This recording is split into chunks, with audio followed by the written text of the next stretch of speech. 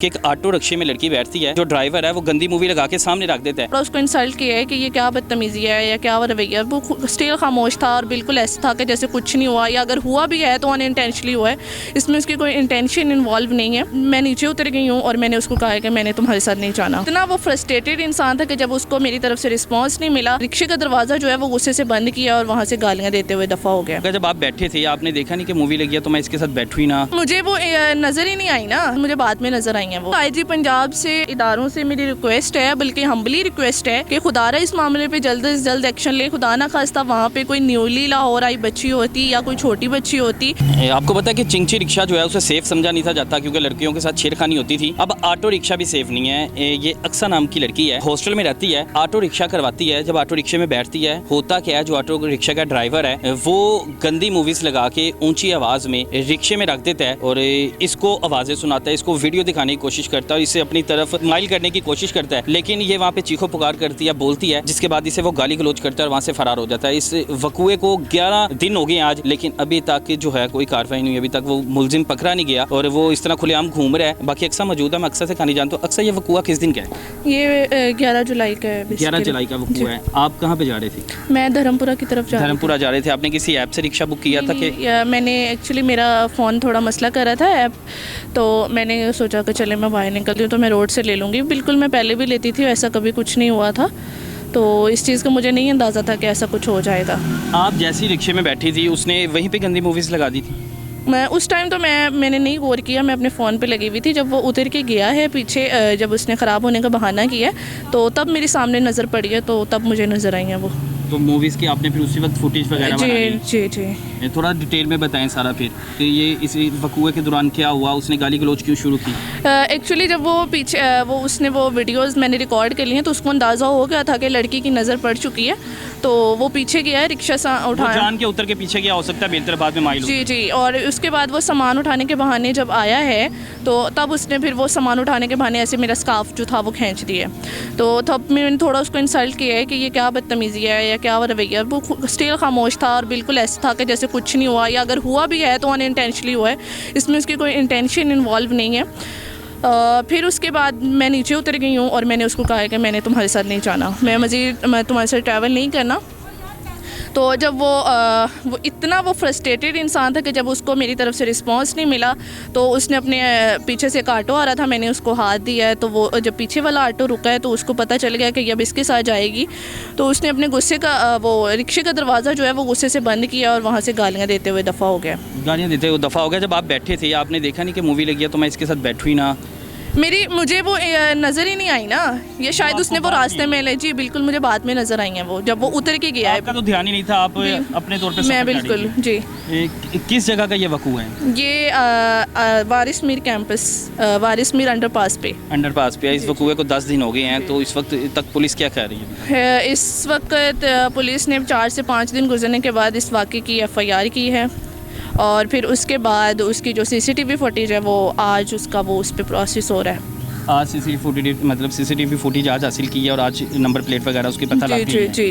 तो वहाँ पर आप जिस रास्ते पे आप जा रहे थे वो रास्ता तो मतलब ट्रैफिक आती जाती रहती है, वो लाहौर का मसरूफ़ तरीन रोड समझा जाता है, काफ़ी हैवी ट्रैफिक होती है वहाँ पे। जब आपने चीखो पुकार की, जब आपने चिल्लाया कि ये इस तरह की हरकत कर रहा है, तो किसी ने कोई रुका नहीं आपकी मदद? कोई भी नहीं रुका वहाँ पे, कोई भी नहीं रुका। इतने बेइज्जत लोग हो गए हैं लोग, कोई भी नहीं रुका वहाँ पे।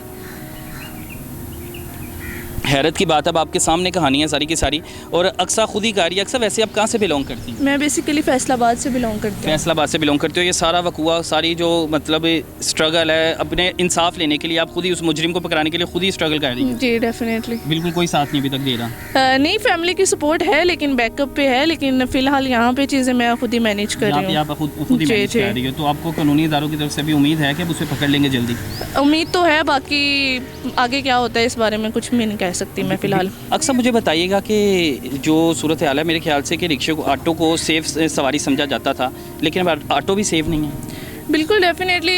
इस चीज़ को तो आके लड़कियों की जो प्रायोरिटी होती थी वो यही होती थी कि हम ऑटो ले लें या इस तरह से, लेकिन इस तरह के जो वाक़यात हैं या जो इंसिडेंट हो चुका है, तो कम से कम इसके बाद तो मुझे नहीं लगता कि ये सिक्योर है या ये सिक्योर हो सकता है।